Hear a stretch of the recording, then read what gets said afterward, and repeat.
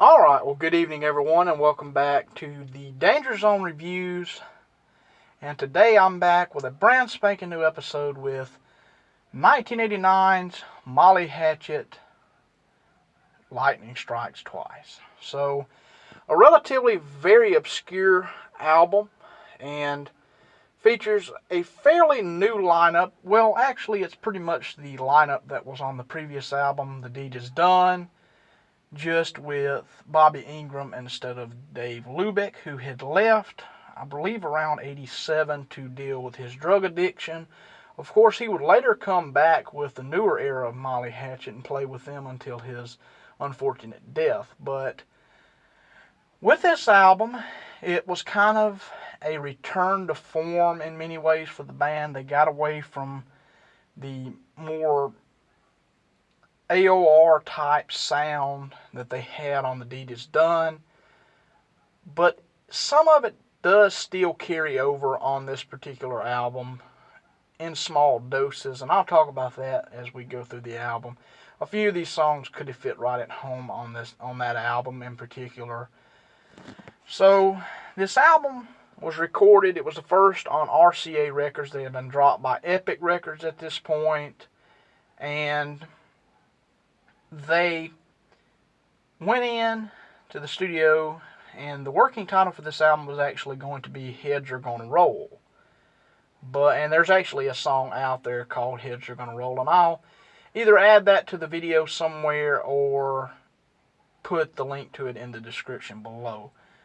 So, even though it was originally going to be called Heads Are Gonna Roll, it eventually became this album, and I'll talk about all those other tracks when I get to the end of the review and all, because there is a few tracks that were recorded around this time that did not make this album. And I'll talk about those a little bit later, including Heads Are Gonna Roll. So, this album still features the outside songwriters and all, which I'm not the biggest fan of, especially when a lot of songs which Molly Hatchet do by themselves are very, very good for what they are. So, we might as well get into this album with the first track on here, Take Miss Lucy Home.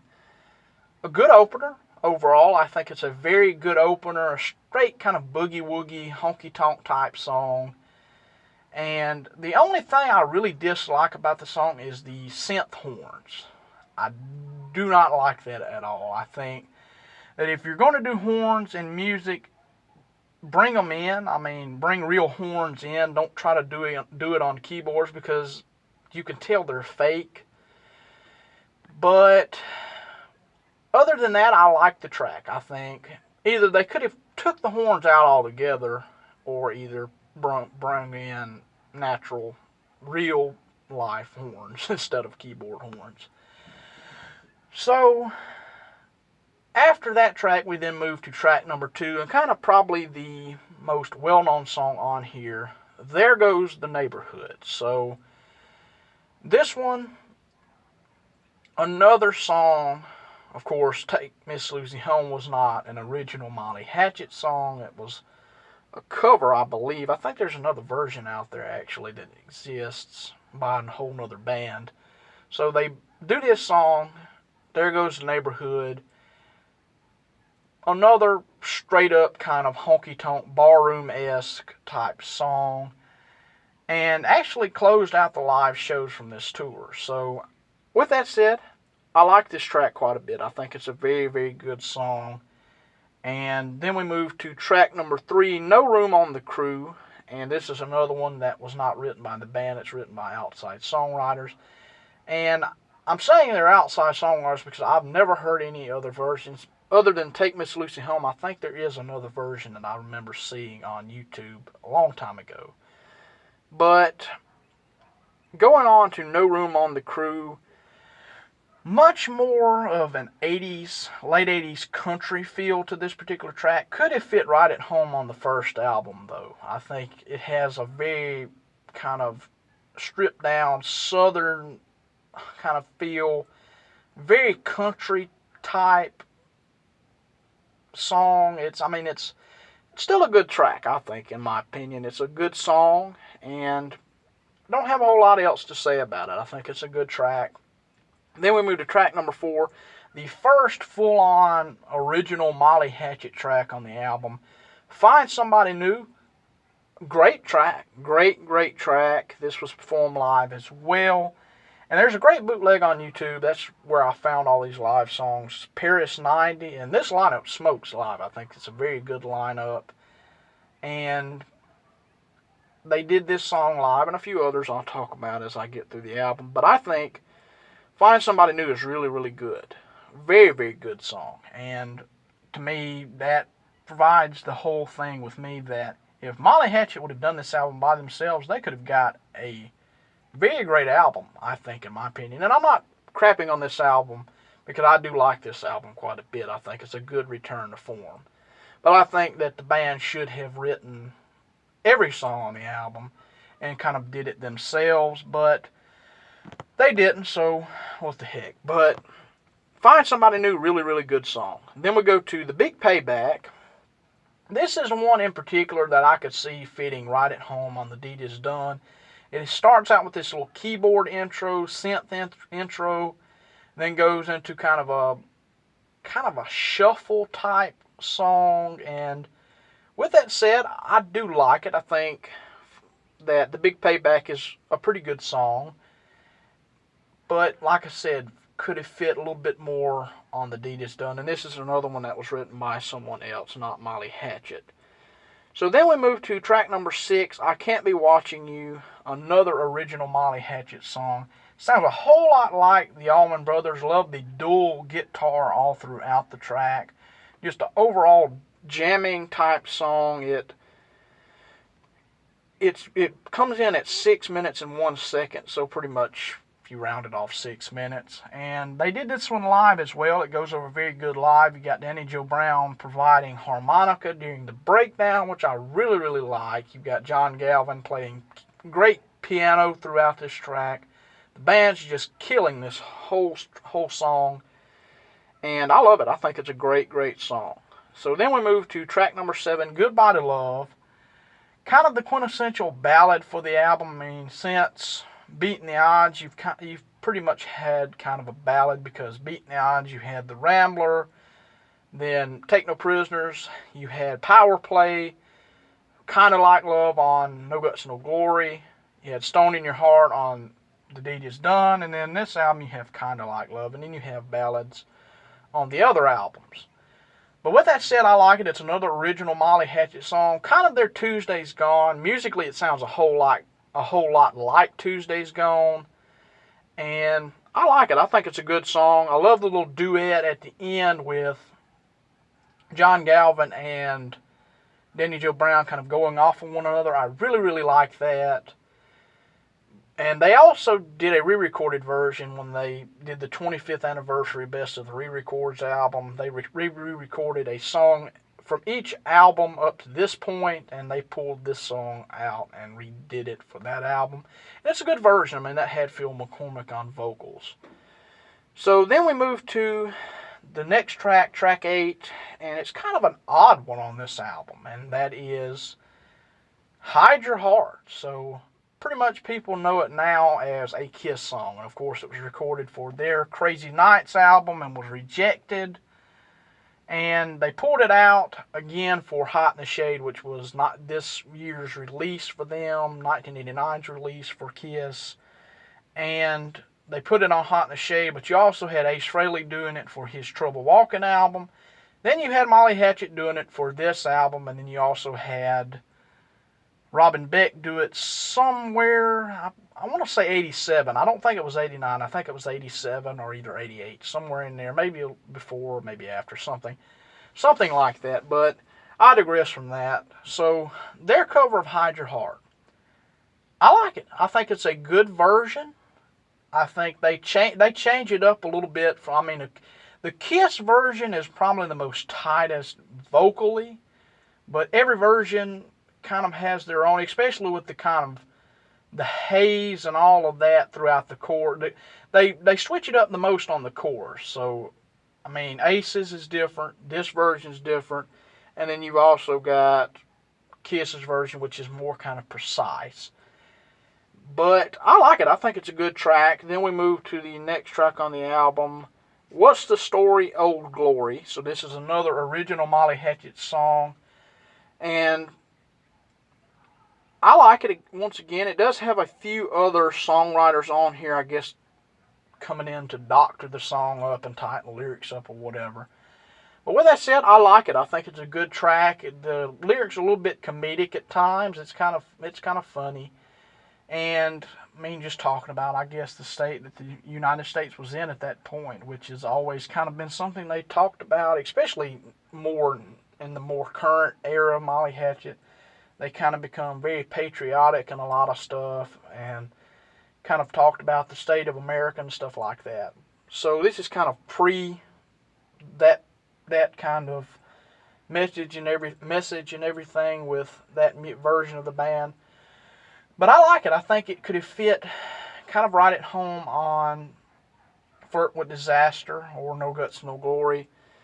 And then we finished the song out, Heart of My Soul. Another song I could have seen being on The Deed Is Done. Could have fit a little bit better on there, in my opinion. But it's just fine here. This is another original Molly Hatchet song, and I like it. I think it's a great song. I think it's a very good closer to the album. So we end the full album, and then we move into the bonus tracks, which were released in various formats, of course. Heads Are Gonna Roll was never officially released. It's only on YouTube. You can find it on there, and I think it's cool. It starts out with this synth intro and then kind of goes into a much more 80s hard rock sounding song. And I like it. I think it's a good song. And I really don't have a whole lot other to add to it than it's a cool song. And I actually run across this. Really, I didn't even know it existed. And then I run across it and played it. I was like, wow, that's pretty freaking cool. I'd heard about the song in an interview, and they talked about the album was going to be called Heads Are Gonna Roll. So that's the reason I said it was the working title for the album. And then you've got the two songs from the Greatest Hits album, Ragtop Deluxe and Shake the House Down. And the reason I'm bringing these up with this album is because they were both, from what I understand, written around this point. And the production does kind of sound very similar to this album. And especially the drum sound in particular. And of course, I'm going to go off of what the original release in '90 was for them. So Shake the House Down started the sequence of the two tracks. And Shake the House Down is really good. I think Shake the House Down is a really good song. Very cool song.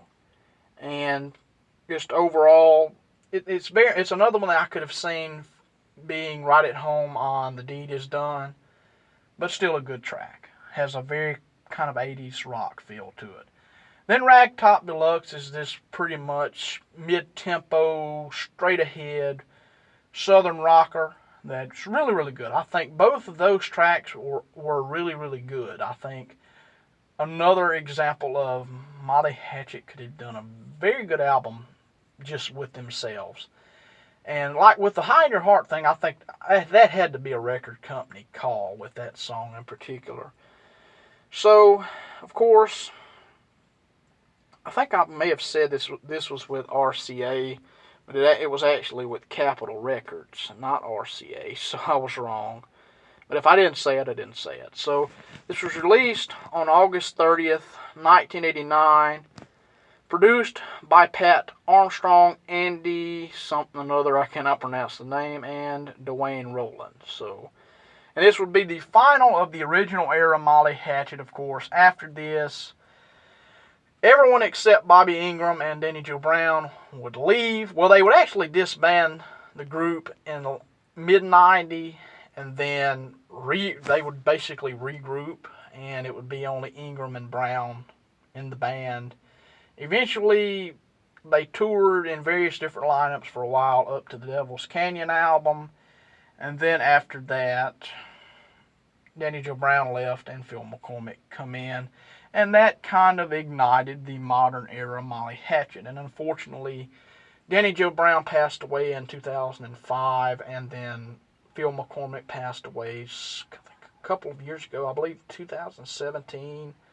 Could be totally wrong, and that was very unfortunate. He was eventually replaced by Jimmy Elkins. And it's long rumored that they've got a new album that's supposed to come out. I don't know when. I've not heard anything else. I've heard that they are working on one, though, through interviews. So this is kind of the end of an era for the band. And I think it's a overall good record. And